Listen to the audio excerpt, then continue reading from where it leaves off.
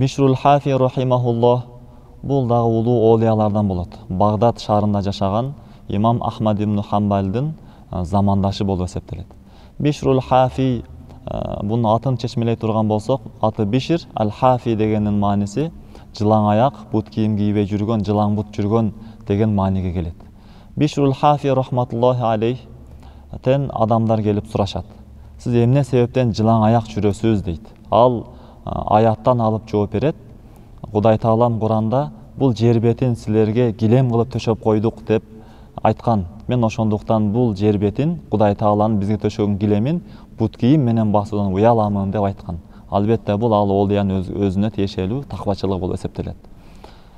Бул олия ушунчалык Кудай Таалага жакын болгондуктан Аллах Таала бул олияга ушунчалык көп сый-урмат көргөзүп коет.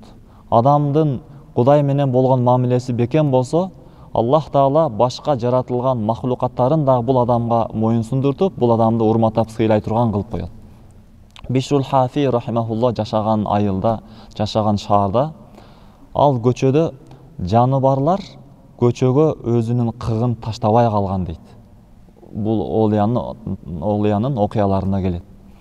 Бул олия мечитке барып келсе, же башка жумуштар менен барып келе турган болсо, ошол көчөлөргө жаныбарлар Кудай Тааланын каалоосу буйругу менен ошол жаныбарлар дагы менин ошол кыгымды Алланын сүйүктүү бендеси Бишрул Хафи тебелеп албасын деп өзүнүн кыгын таштаган эмес дейт. Күндөрдүн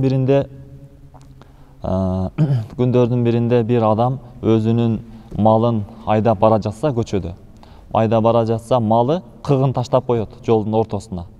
Ошол кыгын таштаганын көрөт дагы бул малдын ээси айтат, бакырып жиберет. Ох, биздин улуу аалымыбыз, таква адамыбыз Бишрул Хафи бул дүйнөдөн кайткан окшойт деп бийик үн менен бакырып жиберет.